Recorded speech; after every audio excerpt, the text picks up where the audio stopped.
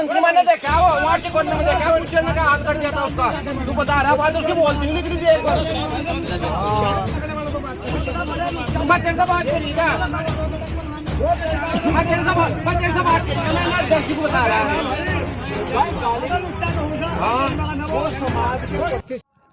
नमस्कार आदाब, मेरा ओकरम, आप देख रहे हैं दैनिक देवभूमि समाचार। जर जरूर जमीन वाली कहावत तो आपने सुनी ही होगी, जिसमें लोगों की हस्ती तक मिट जाती है और ये सब यहीं रहती है। ऐसा ही एक ज़मीनी मामला भगवानपुर थाना क्षेत्र के डड्डा फरकपुर गांव का सामने आया, जहां पर 18 बिस्से जमीन को लेकर भाजपा के राज्य मंत्री श्यामवीर सैनी पर आरोप प्रत्यारोप लगाए जा रहे हैं, जिसको लेकर आज सैनी समाज की एक मीटिंग बुलाई गई, मगर किसी तरह का कोई हल नहीं निकल पाया। ग्रामीणों में जहाँ भाजपा मंत्री को लेकर आक्रोश है, तो वहीं पुलिस पर भी भारतीय जनता पार्टी के दबाव में कार्य करने का आरोप लग रहा है। ग्रामीणों ने बताया कि राज्य मंत्री के भाई ने पुलिस के सामने झूठे मुकदमे की धमकी दी थी, जिसमें पुलिस भी भाजपा के दबाव में कार्य कर रही है। हालांकि तस्वीरों में आप देख सकते हैं किस तरह ग्रामीणों का गुस्सा सातवें आसमान पर है। उनका कहना है कि पड़ोसी गांव का होने के नाते राज्य मंत्री को ये चीज़ें शोभा नहीं देती। वहीं ग्रामीणों ने राज्य मंत्री को सुक्का नेता बताते हुए कहा कि लोगों को जमीनों पर कब तक कब्जे रहेंगे, इंसान चले जाएंगे, बाकी जमीन यहीं रहेगी। रिश्ते समाज से हैं, अगर राज्य मंत्री समाज के साथ ही दबंगता दिखाएंगे तो समाज ये सब चीजें बर्दाश्त नहीं करेगा। देखें एक खास रिपोर्ट। विपिन कुमार है जी भैया, सामने जी, ठीक है जी। और हमारी यहाँ पे 18 बिस्से ज़मीन है, ठीक है। और श्यामवीर जी का जो फ्रंट है वो चक्रोड लग रही है, वहाँ से उसका 80 मीटर है। उसके बाद में 60 मीटर हमारा आबादी का नंबर है, जिसमें हमारे जो फादर हैं वो 4 हिस्सेदार है उसमें, ठीक है जी। और 4 हिस्सेदार में 15 मीटर हमारा फ्रंट है रोड के थोड़ा हाथ नीचे कर लो। 15 मीटर फ्रंट रोड के ऊपर है, और उसके बाद में गहराई है 40 मीटर इसकी। और पटवारी ने आगे यहाँ पे हमको बताया कि यहाँ पे तुम्हारी ज़मीन है। हमने उसके बाद में खंबे लगाए यहाँ पे, और अब जब हमने गेहूँ भी बोए थे, इसमें गेहूँ हमने काटे तो उसने हमारे पास में चोरी का इल्ज़ाम लगाया, रिपोर्ट करी। और अब जा वो चोरी की रिपोर्ट भी उसने की हमारे पास में। हमने बाजरा बोया, उसने इसको भी हमारे से बढ़ने की कोशिश की थी, ठीक है जी। जमीन किसके कब्जे में है? जमीन तो अब हमारे कब्जे में है सर। तो उन्होंने तो रिपोर्ट ये लिखवाई गई थी कि मेरी जमीन है, चोरी से गेहूँ काट लिया। हाँ जी हाँ, उसने लिखा था कि मैंने 208 नंबर से गेहूँ काटे, 908 से। और हमारी जो जमीन है 907 नंबर में है, और वो 907 को भी बाहर आया 908 के साथ में। कितने आज पंचायत ये आज क्या निर्णय निकला समाधान? तो जो भी है ये पंचायत में ये लोग हैं, कुछ परिणाम निकला? परिणाम तो देखो जो आए हुए हैं ये निकाल लेंगे। को धमकी दी है, मैं तो था नहीं यहाँ पे, मैं ड्यूटी था, ठीक है। भाई थे मेरे बड़े यहाँ पे, उनको धमकी दी उन्हें कि 30-32 मुकदमे मैं आपके साथ में लगाऊंगा। थाने में दी गिरफ्तारी के लिए भी दबाव बना रहे थे? हाँ जी, गिरफ्तारी के तो ऑर्डर कर रखे हैं हमारे पास में। पुलिस भी आई हमारे घर पे 3-4 दिन, हम इधर उधर रहे बल्कि, क्योंकि पुलिस उठाने का चांस थे। तो क्या अपने पद का दुरुपयोग कर रहे हैं भाजपा सरकार में? हाँ जी हाँ जी, वो अपना जो मंत्री पद है अपना उनके पास में भी, तो उसका जो है वो पूरी फोर्स लगाते हैं। हम अगर पुलिस में जाते हैं तो उनको वहीं पे रोक देते हैं, हमारी कोई सुनवाई नहीं हो रही वहाँ पे। तो बिरादरी के नाते क्या कहेंगे, व्यवहार करना चाहिए? अब उसमें क्या कह सकते हैं जी, देखो जनता है। मेरा नाम सुंदर लाल है जी, और ये मामला हमारा ज़मीन का विवाद है। हमारा नंबर 907 आबादी का नंबर है, इसका नंबर 908 है, जो बराबर में इनने मोल खरीदा हमारे चाचा का वो चाचा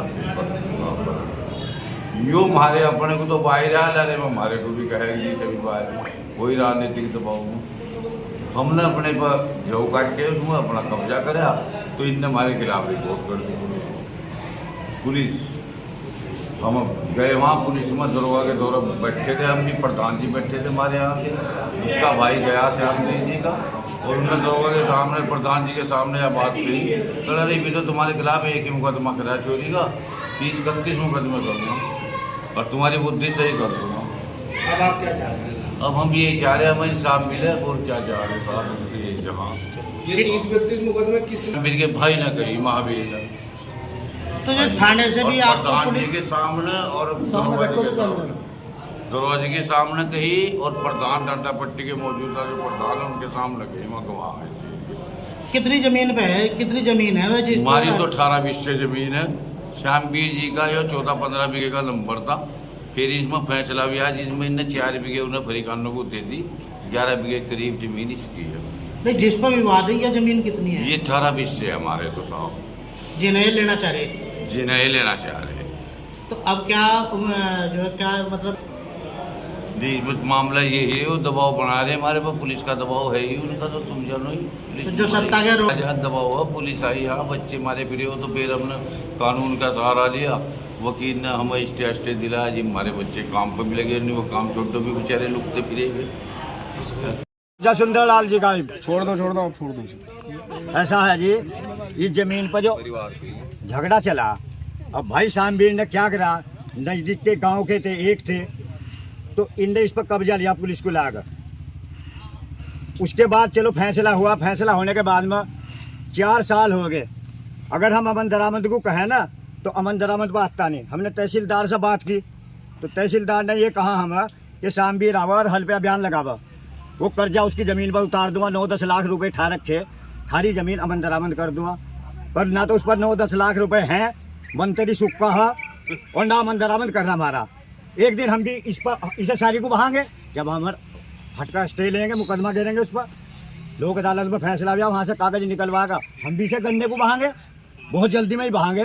तो सत्ता के नशे में वो क्या मतलब ज्यादा जुल्म कर रहेगा? नहीं, वो सब कर्जा देगा, हमारी जमीन हमें देनी थी। जब 10 आदमी में फैसला हो गया, वो आता नहीं अमन दरामद पर। हमने तहसीलदार तक जो बात करी, वो तहसीलदार साहब ने हमें कहा कि आगा वो हल पे बयान लगा दे, थारी जमीन सब थारे नाम आ जाएगी, कर्जा उसकी जमीन पर चला जाएगा। पर इस काम को भी नहीं कर रहा वो।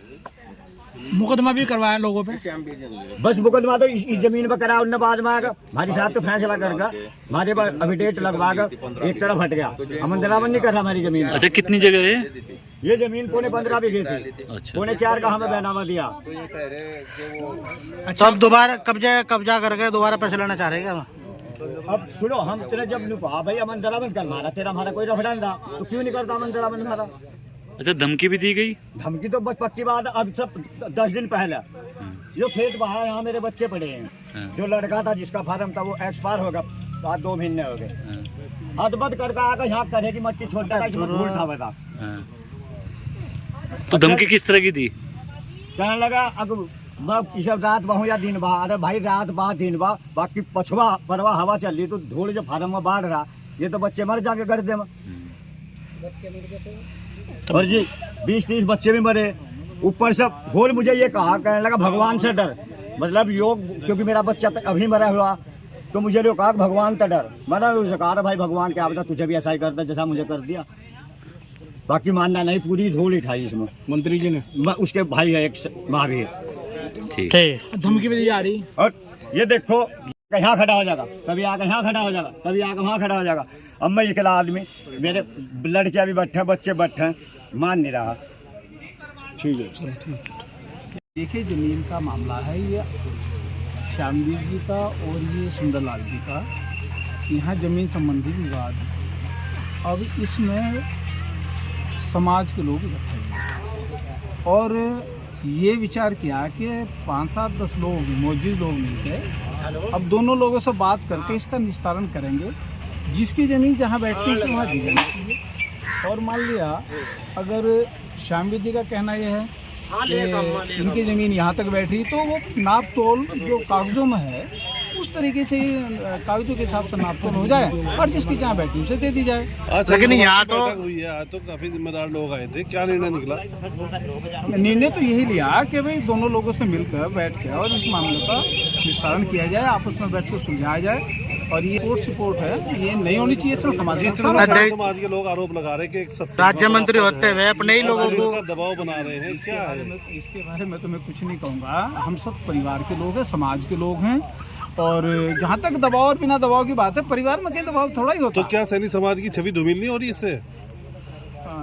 हो नहीं रही? थोड़ा सा नहीं, ऐसा नहीं है। हमें बैठ कर आपस में, तभी तो हम लोग आए हैं कि इसे बैठ कर सुलटाएं, और ये मामला जो है वो यहीं का ही आपस में बैठ कर परिवार में सुलटे। मामला कानून में चला गया, पुलिस में चला गया, तो अब कैसे? कई बार जब समाज के मौजूद लोग बैठते हैं तो फैसले होते हैं और कानून में भी वो फैसले दाखिल होते हैं। तो आपको उम्मीद है कि जल्दी फैसला इसमें निर्णय? मुझे तो उम्मीद है, मुझे लगता है कि दोनों पक्ष मान जाएंगे और सही तरीके से इसका निस्तारण होगा। मुझे तो लगता है कि ये विवाद भी समाप्त होगा और आपस में इकट्ठे बैठेंगे भी।